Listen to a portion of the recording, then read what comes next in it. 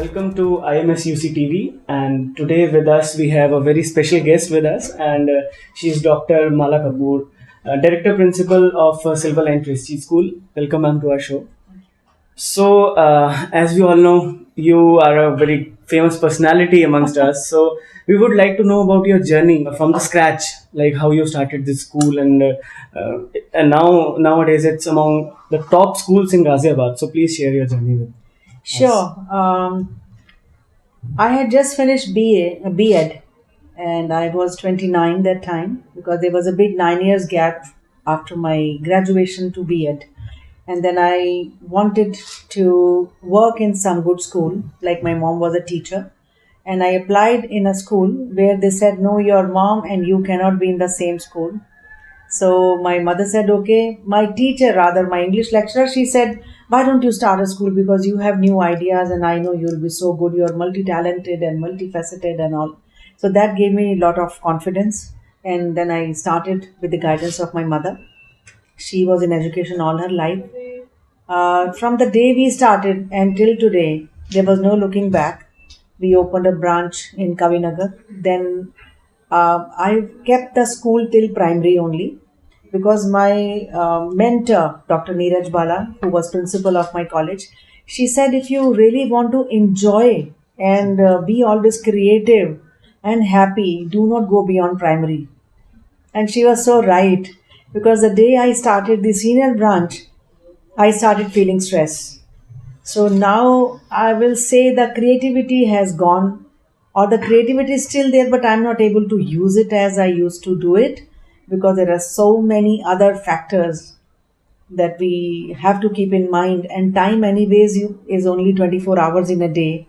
So there's a time limit what a person can do. But a lot of time is now certainly being wasted at this point of time after 33 years of a school journey. Now I feel that, okay, this is too much and we have to delimit somewhere. So journey has been really fabulous. It was self-learning. I grew up with my school, and I don't know how many students have passed out, and I keep on getting requests from my children from Bahamas and Germany and New York and all. Are you the same Mala Kapoor, ma'am? Because after 33 years, the children have really grown up and they are married and they have children. They can recognize me because I still look the same, maybe a little bit different. But children, certainly they grow up and they look entirely different when they grow up. So journey has been really very enriching and Very inspiring too. very inspiring and fruitful. You have a satisfaction still that you have done something. 33 years of the journey, and Silver Line Prestige School is like still growing. Absolutely. And there is no limit, no limit of like success. And we wish all the best for that. And my next question will be, what are the preparations that are going on right now, because the board exams are coming? So how the Silver Liners are preparing for the board exams? See, silver liners are no different. They are the same children as everywhere. Only when they handle a few things confidently, they become different. And for which school continuously we give support. Now, what we felt that children are lacking in their moral values, their ethics. They are living a very fast life. They're just running blindly. They don't know what to achieve. If you ask them what you want to be, they have nothing in mind as of now, because as the society does, so is the children. They learn everything from parents, their institute, and society. All three big factors, big institutions which make a child educated. All three factors are very effective. Most of the time, parents, families' background is most important. And I believe child is never ever at fault. I believe in this, and I tell all the teachers, child is not at fault at all.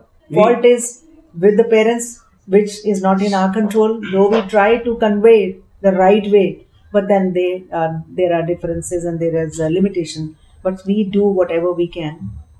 And the society's impact, nobody can restrict that. That will be always. And as I see, they are losing out on time and in not enjoying time. Eventually, whatever we do in life is for happiness. The crux of the matter of anything, even if I have a new phone, why? Because happiness, eventually. New car, happiness. So it's not that you want money for car. No, you want car for happiness eventually. Happiness. So if happiness is the end result and that's what we want, this thing children have to understand, that this is the crux of the matter. Be balanced, and we help them to be balanced. But we say it does affect, but nobody can guarantee that all my children are very well balanced and all. So it keeps helping children, but then there are many challenges. You have traveled a lot around the world. So tell us something about your experience. Like you covered the North Pole, South Pole, and it's a very big achievement. Yes, traveling enriches you in a different way. The confidence you get, the exposure you get, and so much learning happens. Even if you do not want to learn, it will happen, because each and every experience, good or bad, is an experience. And it keeps on enriching your behavior, your understanding of the life, the time, the culture. It keeps on enriching. One anecdote I will like to share with you. Americans, they are so conscious. Like, for example, what happened with me, I went to a salon for a haircut, hair trim.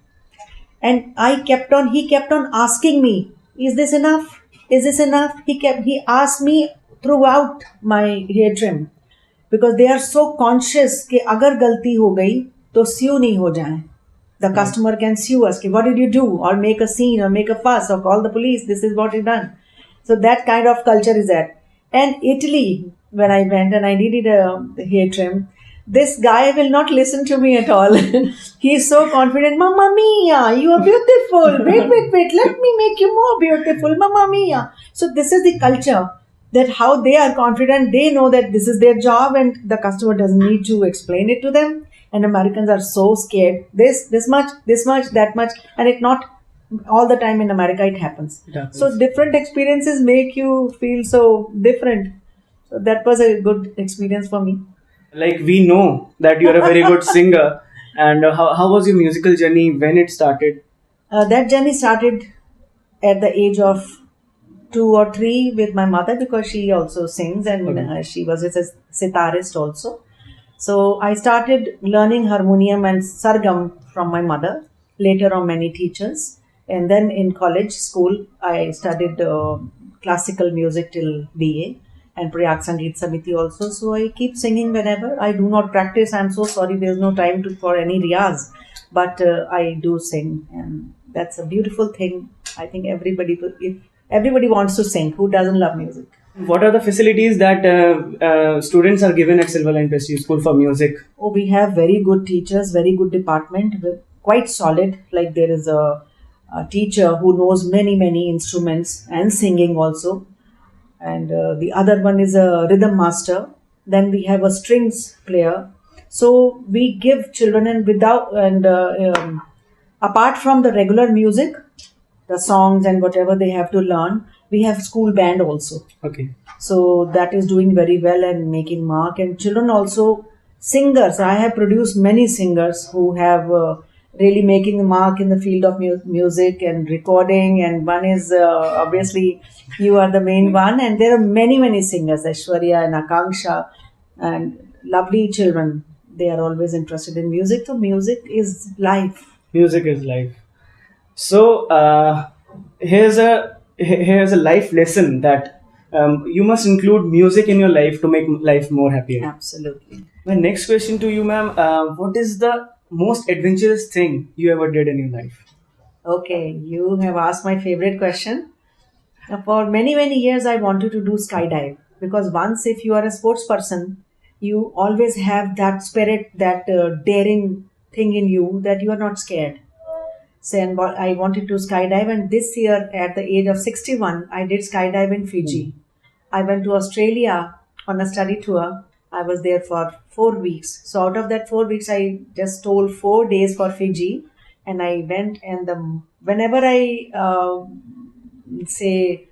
very often I repeat that, I see that video again and again, and the part where the instructor says, "Okay, door is open. We are opening the door. Please put your feet out." That is the most thrilling, exciting part. Right now.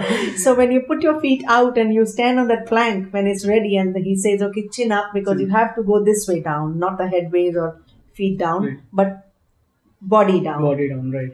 So that was the most exciting thing, and I am so happy that I did it, and it was amazing experience. Once you do, you live it every day.